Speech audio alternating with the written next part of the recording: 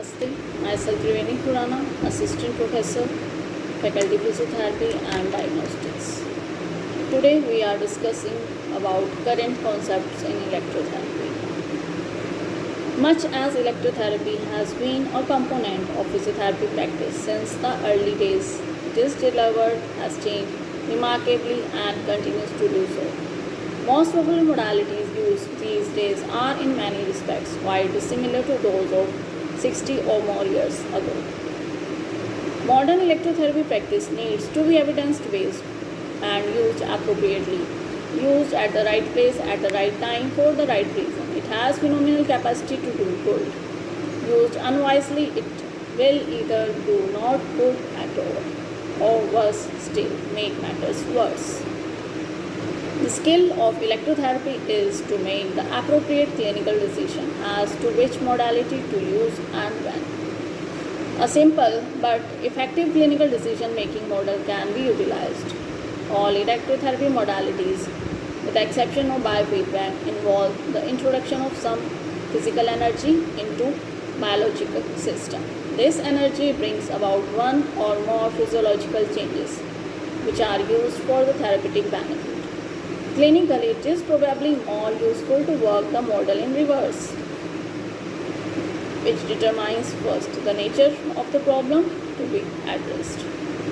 Then establish the physiological changes that needs to take place in order to achieve these effects. Lastly, the modalities such as ultrasound, EMG, shortwave, laser, etc., which is most able to bring about changes in the tissues concerned, should be relative, straightforward precision. In the clinical environment, there are two additional jobs to do. Firstly, to select the most appropriate dose of therapy, and then lastly, to apply the treatment.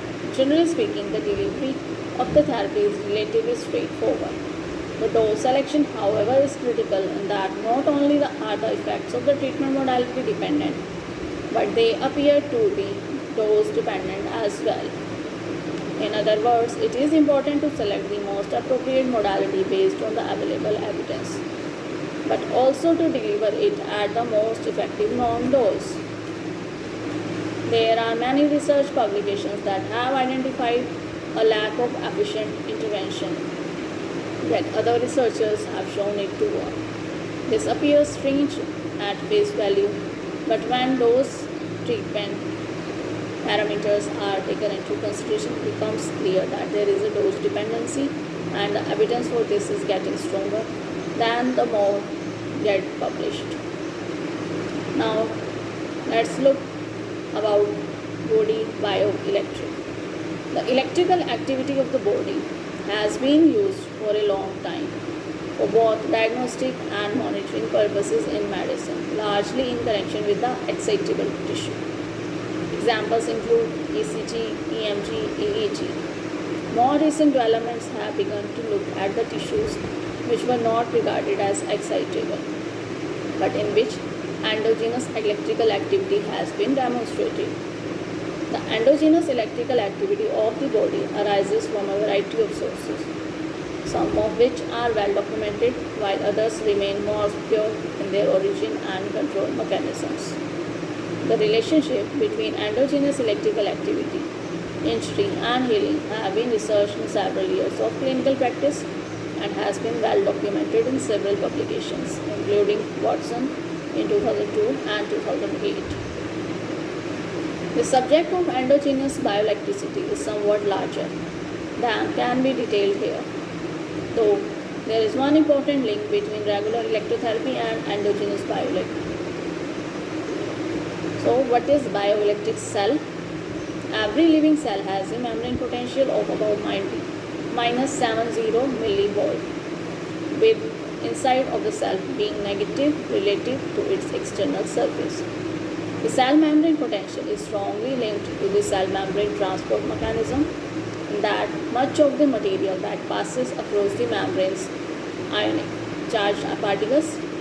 Thus, if the movement of charged particles changes, and it will influence the membrane potential.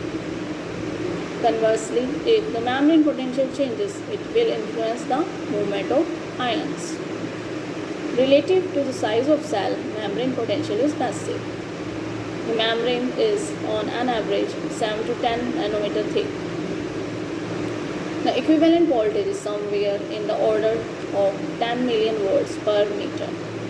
The energy in the membrane offers the potential to change the behavior of the cell, of one of the fundamental tenets of electrotherapy, and therefore make a difference to the behavior of cells and tissue.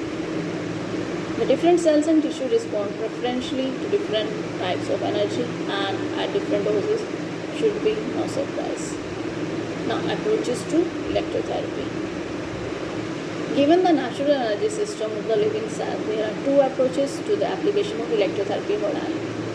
Firstly, one can deliver sufficient energy to overcome the energy of the membrane and thereby force it to change behavior.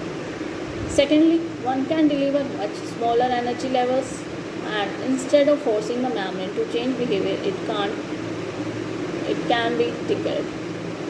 Low energy membrane tickling produces membrane excitement, and membrane excitement in turn produces cellular excitation. Excited cells do the same job as bored cells, but they do so at a rather harder and faster rate. It is the excited cells which do the work rather than the modality itself.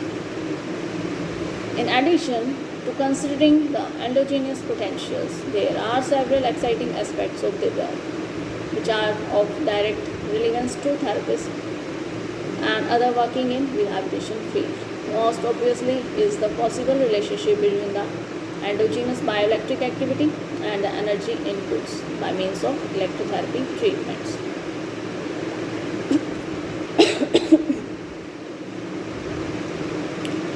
There has been a general trend over the last few years for the energy levels applied in electrotherapy to be reduced.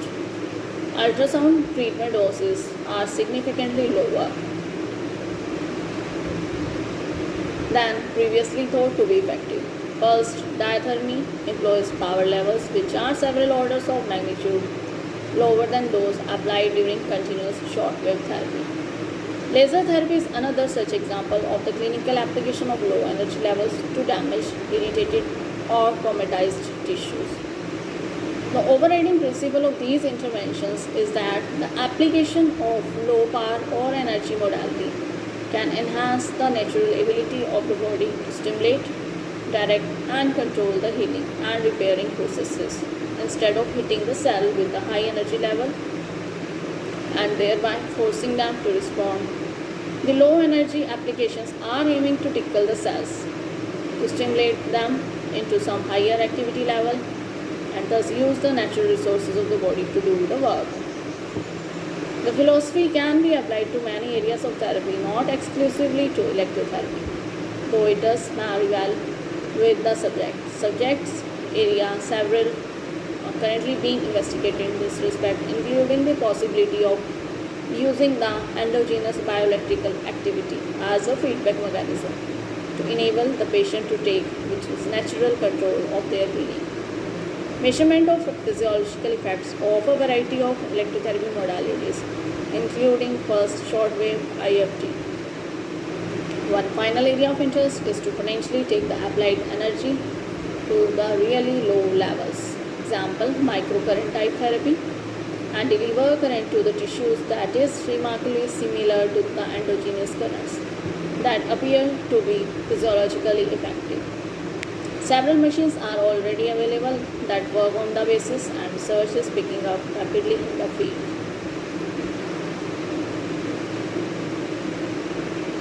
Thank you.